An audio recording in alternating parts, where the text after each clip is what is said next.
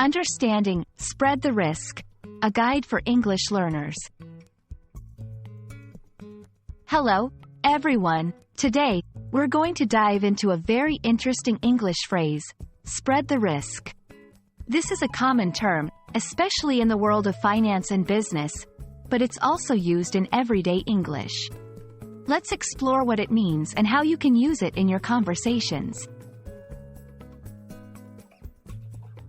Spread the risk is a phrase that means to distribute potential losses or dangers across different areas or to different people, to minimize the impact if something goes wrong.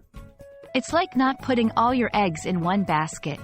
The idea is that if one area fails or encounters a problem, not everything is lost because the risk was distributed. In finance, spread the risk is often used in the context of investments. For instance, an investor might spread their investments across stocks, bonds, and real estate. This way, if the stock market crashes, they don't lose all their money because they have other investments that might be doing well.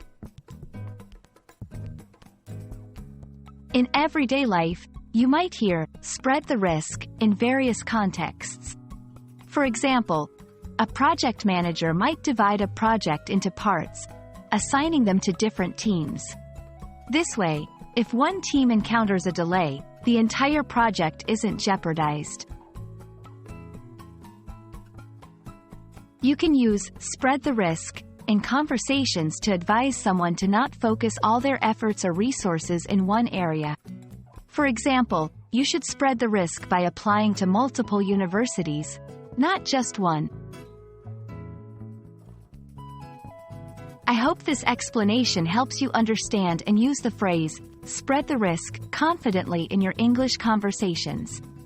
Remember, it's all about diversifying and protecting against potential losses. Thanks for watching, and keep practicing your English.